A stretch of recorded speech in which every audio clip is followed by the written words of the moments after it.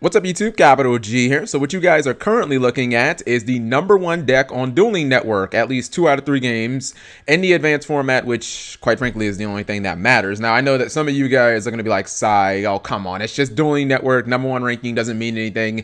Hellcap, you've been #1 on Dueling Network numerous times. I think I've been #1 on Dueling Network twice before, but regardless of what you think of DN, you think maybe it's full of noobs, when you get to like the high ratings, 1700 plus, you're legitimate. You're not going to be playing against any non-meta decks. Like this dude, when he enters a ranked game, he's not going to be playing against Cloudians and, like battling boxers. Those decks may be fun and maybe somebody out there has a good version of them, but they are not what most people would be or what most people would consider meta. Like he's only going to be doing against Necros or Teller Knights, Shadows and whatnot. Now, it may be a little shocking that it is Yosenju's, but I've seen this guy duel a lot. His name is Cutter, and I honestly think that, well, clearly his Necros matchup is really not that bad. You see that he has teched this deck out to destroy Necros, and I would even say, oddly enough, like Sir Teller Knights too. Again, I keep bringing that up, that the fact that the cards that hurt Teller Knights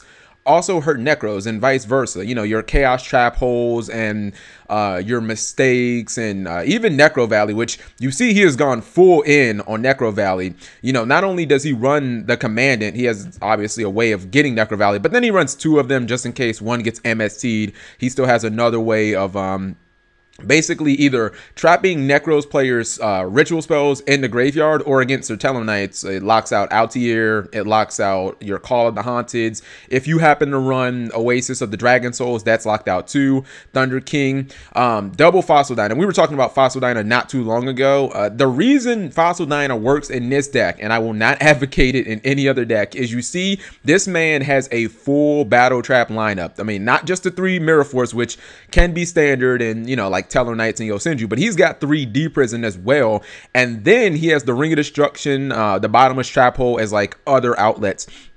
Now, the one thing that I thought was a little odd about this deck is that he kind of has this one MST in here, and I'm like, what is that really doing? I think maybe I would change that to a Book of Moon just to give myself like even more defense, just more ways of stopping my opponent's attacks just to keep my Fossil Dyna protected. But one thing that I did actually like about this deck, and you guys might find it to be a little strange, is that he only runs 2 Tenki, and it's like, you got to think about this. Yes, Tenki gets him to any of his 12 Yosenjus. These are the only ones, for the most part, you really need to run. But then it's like, he does have a lot of other cards that he might want to normal summon, like Thunder King Ryo. Great normal summon, turn 1 against pretty much any deck of the format, such as Fossil Dyna. Again, if you have a Fossil Dyna and you open with like a Macro or an Asylum Warning or a Mirror Force, Fossil Dyna is a really good opening. And if he has Necro Valley on field, there's a good chance that he may even want to summon his Gravekeeper's Commanded, because at that point, it is a 2100 beater, and 2100 beats is actually quite legit in this deck.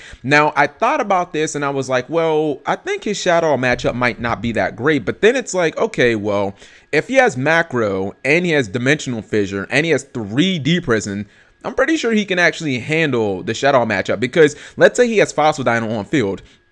One of the better plays in this, or one of the better plays to use against Fossil Dyna, would be just to, summon like a dragon and attack. That way, if your opponent Mirror Forces, obviously you'd be able to trigger Dragon's effect. But if they have those cards like D-Fissure and if they have D-Fissure or Macro, that's not going to happen. Or if he has Dimensional Prison, your shit's just going to get banished. And it's not like you can do against Teller Knights where you're like, oh, you wanted to stop my attack? Okay, well, I'll activate L-Fusion, because clearly Fossil Dyna is like, no, you can't special summon. So I look at Yosenju and I'm looking at this deck and I'm like, does Yosenju have a natural predator? Like, I don't think that they do. And what I mean by natural predator is, I don't think that there's inherently, as far as like the meta decks, I don't think that there's one meta deck right now that inherently like does something that destroys Yosenju. And also, I don't think that there are natural like predatory side deck cards. You could obviously pull on the rug with Classify, but Pulling the Rug is just, that's not going to be a card that most people are ever really going to side because it only would hit this one deck.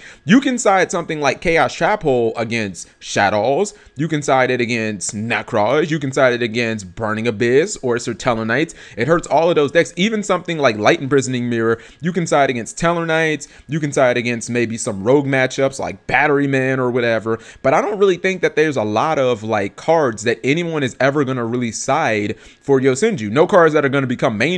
And the thing is, I think Yosenju are just, when Cross Souls comes out, I think the deck is going to get way better. You know, I think that this deck, I don't even want to, you know, go too far on the deep end, but I think that Yosenju could replace Burning Abyss in the quote-unquote Big Five. I feel like it might end up surmounting that or surpassing that deck when Lose a Turn comes out, because Lose a Turn is just going to be a card that obliterates Necroz and Sir Tellarknight. I'm telling you guys, I am not overselling it. When your Sir Tellarknight players summon an Altier and you're just like, activate Lose a Turn. Okay, well, now your Deneb doesn't get the effect, so your Altier train is shut off. And if you want it to exceed, that's not going to get its effect either, and it's going to come out in defense mode, so you can't do damage and you can't use effects. And come on, extra deck monsters don't beat Yosenju because this guy, or excuse me, this guy right here, like, they really just don't care. So I think if you can handle the Shadow matchup, I don't really think that Yosenjus have a natural predator in this format. I mean, maybe they will in the future, and maybe this deck will change, because when Lose a Turn comes out, I don't really think that Fossil Diner will be like, it won't be as important, because Lose a Turn will just pretty much do the same exact thing. So let me know what you guys think.